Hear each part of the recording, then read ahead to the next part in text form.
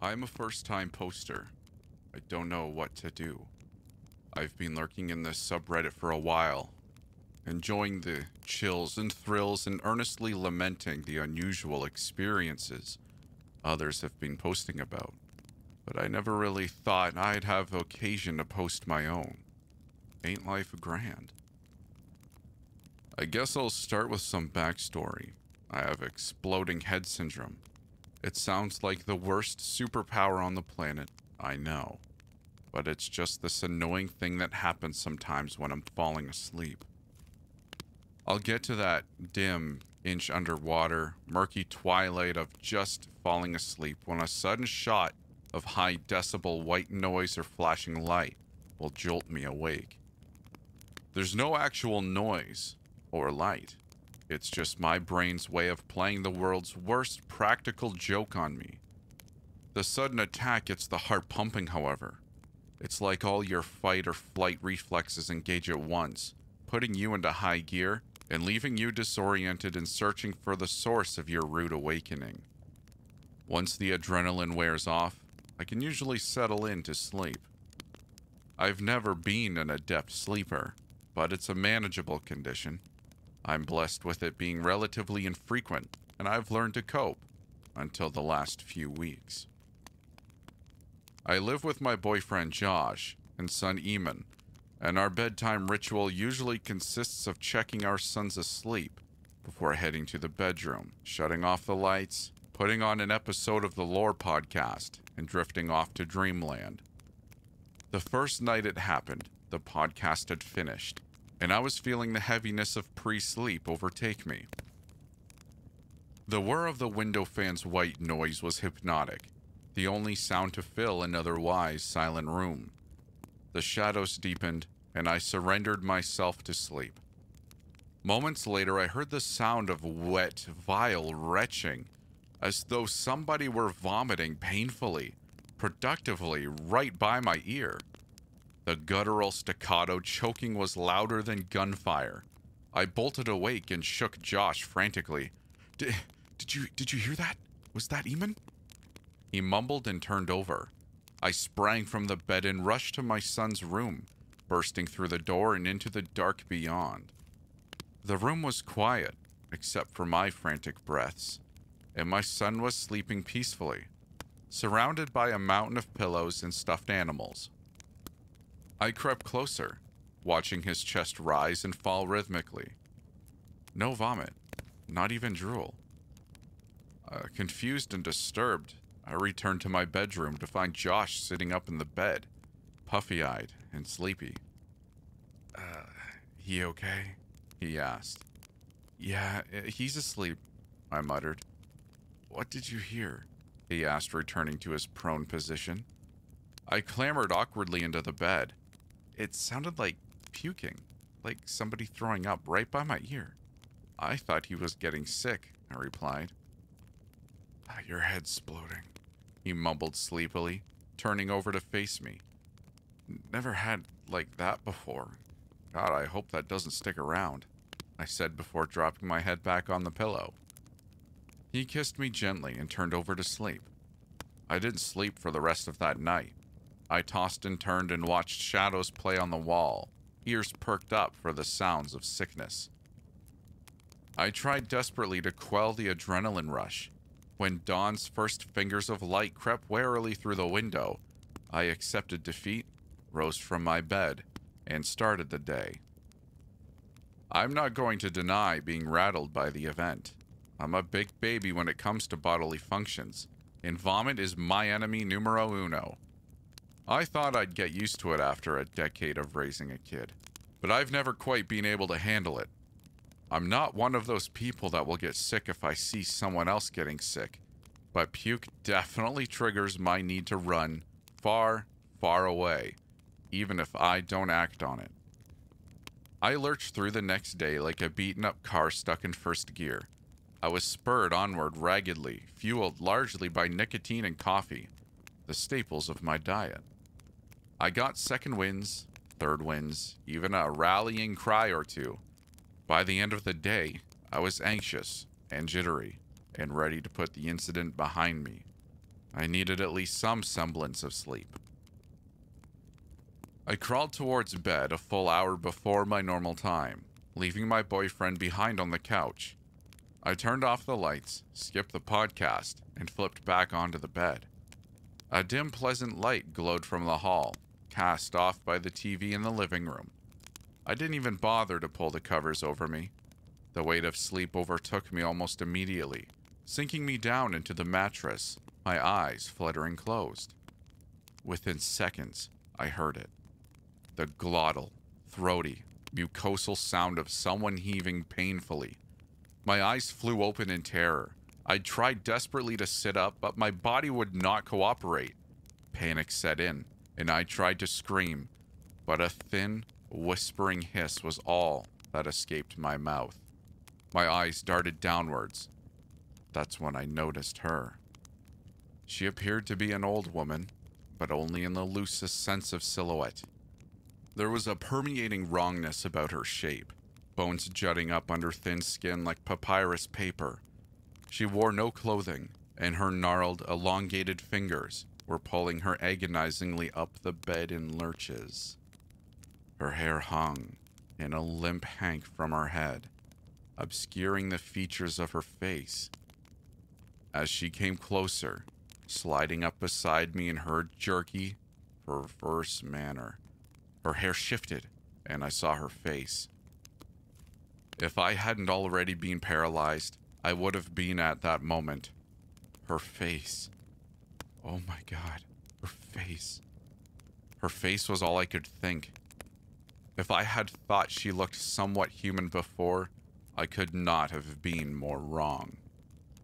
Her face was a perversion of humanity.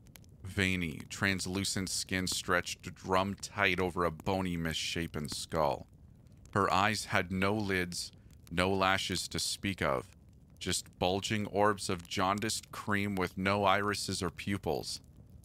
Where her nose should have been, there was only a mockery of decay, a concave depression of two vertical slits, both raw and pus-filled, leaking oily fluid downwards. Her maw was a chasm with no lips, slashed into that deformed skull. Inside the yawning gap, bright blood-red gums glistened with tiny decaying stumps, poking out haphazardly. A string of bile dripped from her cavernous mouth, plopping onto the bed near me. She rustled and shook before emanating a gravely cough, and retching all over my belly in a thin waterfall of translucent yellow bile. As the revolting liquid splashed onto me, a tingling numbness spread over my abdomen. The feeling of nerves falling asleep, pins and needles, and a sick, feverish warmth glowed across my stomach. My heart was beating frantically, pounding like a berserk war drum. I tried to scream again, the low hiss slipping from my throat defeatedly. She lowered her head towards my abdomen. A click came from the hall, and suddenly a cascading shower of golden light flooded the room. Immediately the ghoul vanished. My body released me from its vice grip of paralysis, and all the inertia I'd built up from fighting it activated like a gunshot, propelling me forward. I jolted up, almost folding in half, a banshee shriek wailing from my mouth. Josh rushed into the bedroom, a panicked look on his face. "What the hell?" he said, taking my shoulders and shaking me upright. I collapsed into him, sobbing. I basically vowed to never sleep again after that night. The memory of that ghoulish, abominable hag stayed vivid in my head. I was a wreck for the next 2 days, pinching myself to keep from falling asleep, binging on Netflix and coffee, and pacing the floors of the apartment all night until daylight broke. Josh helped where he could, taking in much less sleep than the average human needs just to keep me company. I think he was just as rattled as me. But Josh is a rational being at his core, and by the morning of day 3, he gently suggested I stop looking at paranormal websites for answers and start researching sleep paralysis. I delved into everything I could about the condition. It wouldn't be the first time I'd had some weird sleep condition messing with my head. Why couldn't this be the same? I have to say, after a few hours of focused reading, I felt much better about my situation. For those of you unfamiliar with sleep paralysis, it's a condition where the brain halfway awakens once the body's fallen into resting sleep. It can feel like you're unable to breathe, and you are, well, and truly paralyzed. No screaming, no moving, no nothing. It's not unusual for people to have hallucinations, either auditory, visual, or tactile, or some unlucky combination of all three. I could get into it more, but that's not really the point of this post. God, I wish it was. By the evening of day 3, I had firmly convinced myself that my experience was just an incidence of sleep paralysis. Horrifying and frightening though it might be, the natural explanation was so much easier to cope with than the idea of being haunted by a puking, repugnant monster. I was still anxious when I went to bed, but I was fully prepared to deal with any hallucinations my brain decided to toss my way. The ripe fear of experiencing it again kept me awake a little longer than I'd like to admit to myself, but I eventually relaxed enough to start falling asleep. I slept blissfully through the night. Saturday, Josh was invited to go to a D&D party at a friend's house, and I settled in for a quiet evening at home. Some video games, some Netflix with my son, all in all a low-key night. After putting my son to bed, I curled up on the couch to wait for Josh to come home, binge-watching some Netflix true crime special. As time passed, I could feel myself starting to drowse, only slightly aware of the "Are you still watching?" message that had popped up on the screen. My arm had fallen slightly askew, my hand drooping off the couch. The wind blew outside and I began to nod off. The disgusting hacking cough shocked me into consciousness, sending electric sparks down my spine. I opened my eyes to see the fiend straddling my chest, the trail of bile dripping from her rancid gullet. The sightless, sickly spheres of her eyeballs peered down at me, and her long, crooked fingers reached down for my stray hand. I tried to scream, to move, to fight, anything, but my body lay prone underneath her. The pressure of her was immense, a suffocating weight on my body. She pulled my hand up to her maw, shaking violently before spewing a thin stream of mucosal bile onto my hand. There was an eruption of pins and needles, and the febrile feeling of warmth spread between my fingers and palm. She raised my hand to the gaping hole of her mouth and began to chew, her bloody gums and the eroded stubs of her teeth gumming down on my skin. I couldn't feel the pain, but I could see the mess she was making of my hand. The only sensation was pressure, and the tingling, and the sick warmth. My fingers were slick with the wet slime of her mouth, the bones cracking loudly with every motion of her distended jaw. Tears slipped down my cheeks, as my body lay limp. In my panic, I tried desperately to console myself. It's just a dream. It's just a dream. It's just a dream. The mantra couldn't keep the crunching of my fingers at bay. She slurped and gnawed, gleefully feasting on my hand. I squeezed my eyes closed, tears leaking from them. The hiss of my desperate attempts to scream were the only interruption to the visceral sounds of her feast. Finally, after what seemed like hours, she emitted a satisfied sigh and dropped the stump of my hand back down to my chest. It thumped wetly against my ribs.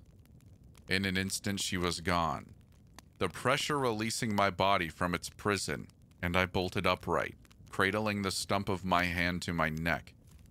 Sobs racked my body violently. I looked down at the mangled mess of my hand. To my shock and confusion, my hand was intact, whole.